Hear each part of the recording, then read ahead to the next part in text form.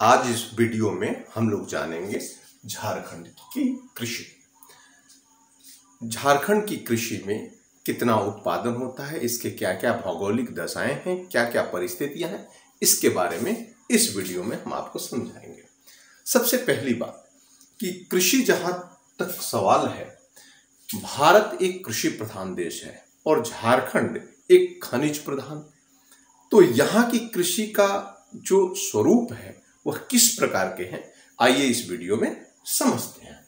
सबसे पहला चीज कि कृषि के लिए क्या क्या जरूरत होनी चाहिए। सबसे पहली जरूरत है कि जल संसाधन का होना। उसके बाद तापमान, तो झारखंड का औसत तापमान हमें पता है 25 डिग्री सेल्सियस है। झारखंड की जलवायु उष्णकटिबंधीय मानसूनी जलवायु है। दो प्रदेश में बांटते हैं, ठीक, यानी कि उष्णकटिबंधीय ये शुष्क मानसूनी प्रदेश और ये उष्णकटिबंधीय शुष्क के जगह पे यहां आर्द्र। आर्द्र क्यों? क्योंकि हमने पहले भी जलवायु के बारे में आपको बता चुके हैं कि इधर से दक्षिण पश्चिम मानसून से वर्षा यहां 80% वर्षा होती है, जिस कारण से इन क्षेत्र में अत्यधिक नमी रहती है और यहां पे धीरे धीरे ड्राइनेस चला जाता है। अब हम बात करते हैं कि झारखंड की कृषि प्रदेशों को किस प्रकार से विभाजन किया गया है। तो पहला लेते हैं जल संसाधन। जल संसाधन क्षेत्र में आता है नदी, ऊंचा वृक्ष। ऊंचा वृक्ष बहुत जरूरी है, ये भौतिक स्वरूप का हिस्सा है। इसमें ऊंचाई पर होने पर वहां से जल ढाल के रूप में प्रवाहित होती है, जिसे नदी कहते हैं।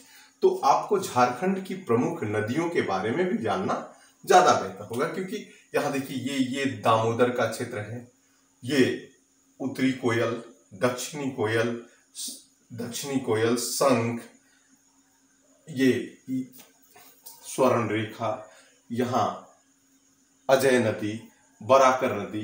तो ये सारी नदियों के बारे में जानिए, तो इससे क्या होगा कि उसका कमांड एरिया में आपका कृषि उत्पादन क्षेत्र होगा। अब आता है विभाजन। झारखंड के कृषि क्षेत्र को कैसे विभाजित करते हैं। हमने 4 प्रमुख पॉइंट बताया कि जल संसाधन, तापमान, अगर हम वर्षा की बात करें तो यहाँ औसत वर्षा 140 सेंटीमीटर है और भौतिक स्वरूप में ये पठारी क्षेत्र है, छोटा नागपुर के पठार के नाम से जानते हैं।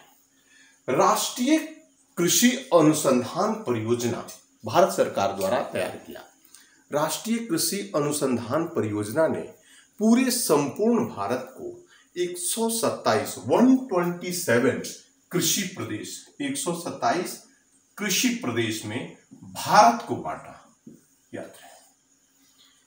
लेकिन इतने रिकॉग्नाइज्ड क्षेत्रों को पहचान करना काफी मुश्किल हो गया।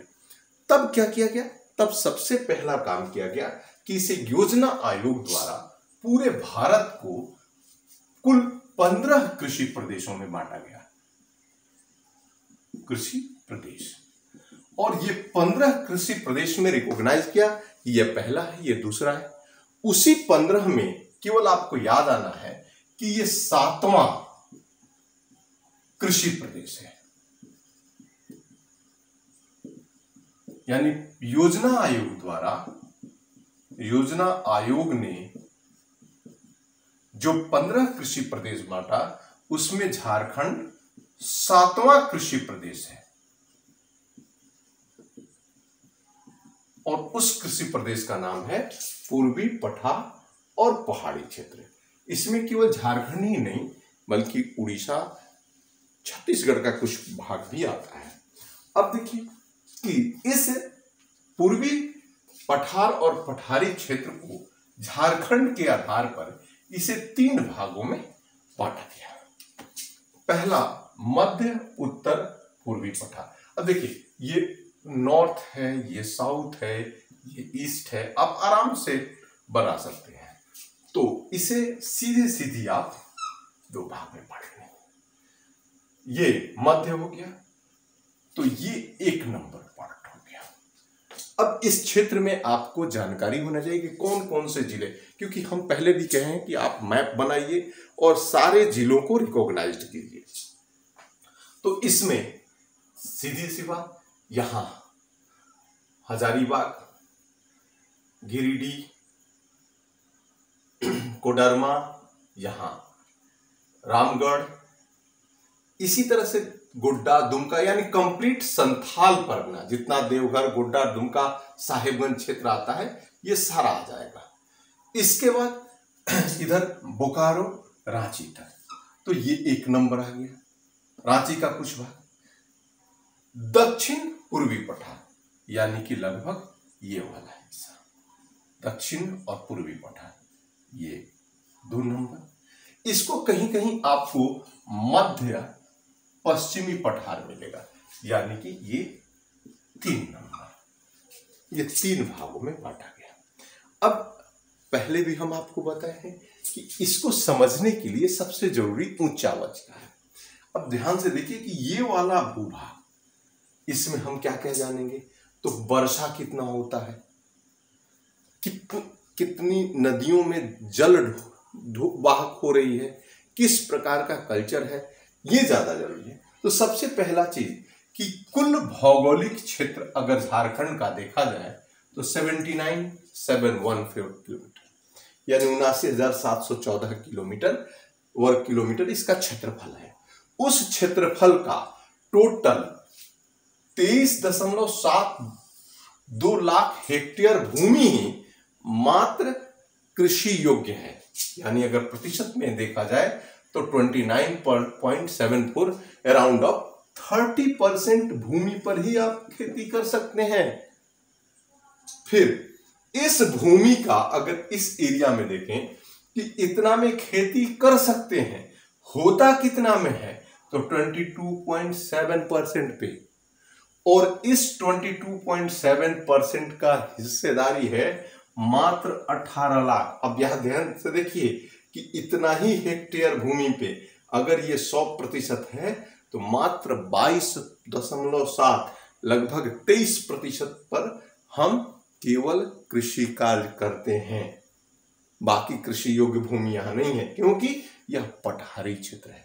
इसका लिए कई कारण है, ऐसा नहीं है कि केवल हम ये जान रहे हैं। देखिए, मिट्टी भी जरूरी है। झारखंड की मैक्सिमम लाल मिट्टी है, लैटेराइट मिट्टी है, जो कि अनउपजाऊ है, बलुई है। यहां दोमट और काली मिट्टी की अनुपलब्धता है, बहुत कम है। इस कारण से कृषि क्षेत्र बहुत कमजोर है। यदि हम बात करें कि टोटल अगर ये कृषि योग्य भूमि है तो उसमें भी सिंचाई सुविधा बिल्कुल नहीं है, यानी मॉनसून आधारित कृषि है। तो ये आंकड़े ध्यान से देखिए कि 18 लाख हेक्टेयर का मात्र 39 भाग पर ही सिंचाई होती है। क्यों? पठारी क्षेत्र है, बोरिंग करना काफी मुश्किल है, इसमें उपज कम है, फर्टिलिटी उर्वरकता एकदम कमजोर है। तो उर्वरकता कमजोर है, फर्टिलिटी कमजोर है, जिस कारण से यहां कृषि कार्य काफी धीमे होते हैं। अब देखिए, यहां पर अगर जनसंख्या देखा जाए झारखंड में, तो कुल जनसंख्या का 76%, यानी 3/4 से भी अधिक, 75 से भी अधिक, 76% जनसंख्या ग्रामीण है। और उनमें भी अगर देखा जाए श्रम क्षमता यानी कि मजदूरी वर्ग 66.85 कृषि पर निर्भर है, यानी खेती पर ही। यहाँ बेरोजगारी है, यहाँ गरीबी है, यहाँ अब देखिए खनन अधिक है, इसके बावजूद भी कृषि पर डिपेंडेंसी है, साफ गरीबी को दर्शाता है। इसके लिए हम अलग से सिंचाई का वीडियो बनाएंगे, लेकिन यहां पे सबसे पहला चीज आप फिर से एक बार इसे समझिए कि झारखंड को योजना आयोग के आधार पर इसे 7वां कृषि प्रदेश, योजना आयोग ने 15 कृषि प्रदेशों में भारत को बांटा है। उसका 7वां कृषि प्रदेश, पीटी में क्वेश्चन रहता है, 7वां कृषि प्रदेश में आता है जिसका नाम है पूर्वी पठार और पहाड़ी क्षेत्र। इसे 3 भागों में हम बांटते हैं, मध्य उत्तर पूर्वी पठारी क्षेत्र। अब मध्य उत्तर पूर्वी पठारी क्षेत्र में यहां से पकड़ लीजिए सीधे चतरा के बाद से हजारीबाग, कोडरमा, गिरिडीह, दुमका, साहेबगंज, देवघर, गोड्डा, जामताड़ा, धनबाद, बोकारो, रांची, रामगढ़, ये सारे क्षेत्र आते हैं मध्य उत्तर पूर्वी पठारी क्षेत्र। इसमें जनसंख्या देख 22% शहरी जनसंख्या है। यहाँ पे लिविंग ऑफ स्टैंडर्ड भी अच्छा है इस एरिया का।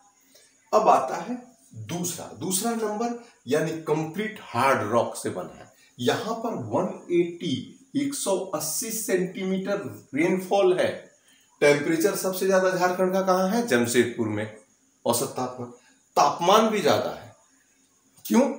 यहां हार्ड मिट्टी है, लाल मिट्टी, प्रोडक्शन कम है। अधिक वर्षा के बावजूद भी कृषि उत्पाद कम है, मोटे अनाज उत्पन्न होते हैं। तीसरा, यहाँ पे 3, ये पूर्वी सिंहभूम, सरायकेला खरसावां, पश्चिमी सिंहभूम, रांची और खूंटी का थोड़ा भाग, ये सिमडेगा और थोड़ा गुमला का क्षेत्र। इसमें देखिए कंप्लीट गुमला, लोहरदगा, लातेहार, चतरा, पलामू, गढ़वा, इतना क्षेत्र है। और यहां पर नेतरहाट है। नेतरहाट यानी कि ऊंचा पर्वत, ये पाट प्रदेश है। पाट प्रदेश जो होता है वो पहाड़ के ऊपर पहाड़ है। इस कारण से इधर से मानसूनी हवा जाती है और यहाँ पे वर्षा नहीं कर पाती है, यानी ये रेन शेडो जोन है। यहाँ पे देखिए 180 सेंटीमीटर, यहाँ 160 सेंटीमीटर से लेकर 140 से 160, और इस जगह 80 से 140 सेंटीमीटर। आप समझ सकते हैं कि ये रेन शेडो जोन है, यहाँ वर्षा नहीं होती है पलामू, जबकि अन्य की तुलना में यहाँ मिट्टी अधिक है। ड्रेनेज सिस्टम की बात करें, ये जरूर बहुत जरूरी है। तो ड्रेनेज सिस्टम में यहां देखिए ये दामोदर नदी है, ये देखिए ये बराकर नदी है, ये अजय नदी है। इधर चलिए, ये उत्तरी कोयल है, ये यहां से दक्षिणी कोयल है, ये शंख नदी है, और ये आपका स्वर्ण रेखा है, ये खरकई नदी है। ये बड़ी बड़ी नदियां हैं। ड्रेनेज सिस्टम सही है, परंतु प्रॉब्लम क्या है? प्रॉब्लम यह है कि यहाँ की मिट्टियां सही है, उर्वरता नहीं है। इसलिए यहाँ झारखंड का कृषि प्रदेश में मुख्य एक समय का खेती होती है, वो भी खरीफ। यहाँ खरीफ फसलें सबसे ज्यादा होती है। तो आपको ड्रेनेज सिस्टम देखना होगा, उच्चावच देखना होगा, और इसका भौतिक स्वरूप आपको पूरी तरह से जलवायु, तापमान, टेम्परेचर कैसा रहता है। कृषि के लिए हम खादान के लिए अलग एक वीडियो बना देंगे और सिंचाई के लिए अलग। तो इसको फिर से एक बार रिकॉल करते हैं कि झारखंड का कुल क्षेत्रफल 79,714 वर्ग किलोमीटर है, जिसमें कृषि की उपलब्धता जहां पर कृषि हो सकती है 29.74% है, यानी 23.72। लेकिन इस उपलब्धता पर हम खेती नहीं कर पाते हैं। कृषि योग्य भूमि कितनी है? तो मात्र 18 लाख, 23.72 नहीं, 18 लाख। और इस 18 लाख कृषि क्षेत्र में, 18 लाख हेक्टेयर में मात्र 39% पर सिंचाई सुविधा है। बाकी मॉनसून पर आधारित है। ओनली सिंचाई सुविधा कितना है? 39%। यानी इस भूमि का अगर देखा जाए इस हिसाब से तो 5 हिस्सा में 2 ही हिस्सा है और बाकी हिस्सा मॉनसून के साथ जुआ, बारिश हुई तो इसीलिए खरीफ फसल ही होता है। धान यहाँ का मुख्य खाद्य फसल है। फिर यहां पर देखिए, ये दुर्भाग्य है कि भारत का 40% मिनरल्स यहां पाए जाते हैं, लेकिन यहां की जनसंख्या 66.85 कृषि पर डिपेंडेंट है। तो इससे बहुत सारे क्वेश्चन बन सकें।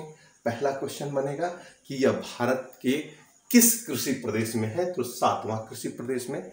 उसका नाम पूर्वी पठार और पहाड़ी क्षेत्र है। इसे कितने सब पार्ट में, यानी कि इसे पुनः कितने भागों में बांटा गया, तो 3 भागों में बांटा गया है, मध्य, उत्तर पूर्वी, पश्चिमी और दक्षिणी। क्षेत्रफल अगर कृषि उपलब्धता पूछे तो प्रतिशत में 29%, राउंड ऑफ 30%। अगर हेक्टेयर में पूछे तो 23.72 लाख हेक्टेयर। कृषि योग्य भूमि कितनी है, तो 22.7%, या कहीं कहीं राउंड ऑफ में 30%। तो ये फिर ग्रामीण जनसंख्या कितनी है, तो 76%, और कृषि पर डिपेंडेंसी कितनी है, तो 66.85। तो ठीक है, इसके बाद हम अगला वीडियो में सिंचाई व्यवस्था पढ़ेंगे। ओके।